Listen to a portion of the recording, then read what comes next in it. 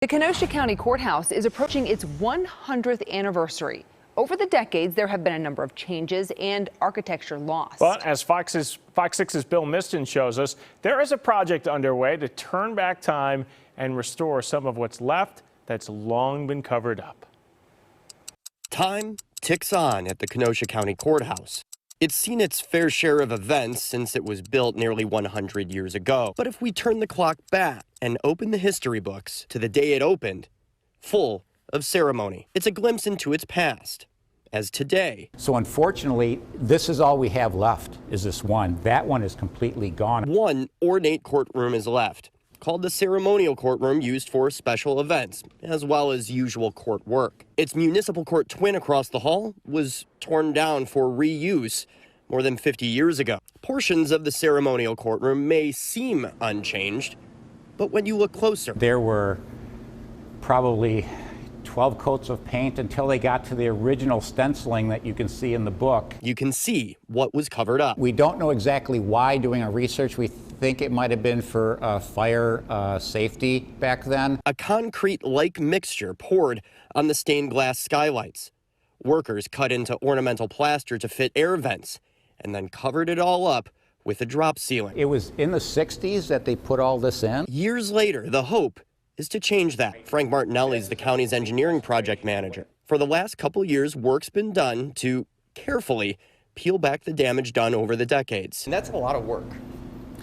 In this, it is, but we did it in a very small, controlled space. A portion of the original skylight was restored, plaster fixed, all to help the county get a better idea of how and how much it will cost to restore the courtroom to what it looked like 100 years ago. It would be a great honor and to bring this back to its former glory. For Martinelli, there's also a personal connection. My parents took their oath of citizenship when they became citizens in this courtroom. We will have the... For nearly 4 decades, this courtroom's been home to Judge Bruce Schrader. This is where he started as an assistant district attorney back in the 1970s. This was the ceremonial courtroom. And at that time, it was there was heavy drapery. It was very dark in there. It's hard to ignore the, well, hole in the ceiling. Schrader's been making note of the gaping hole to jurors and those in the gallery since it was opened up for exploratory work about 2 years ago. It's ugly.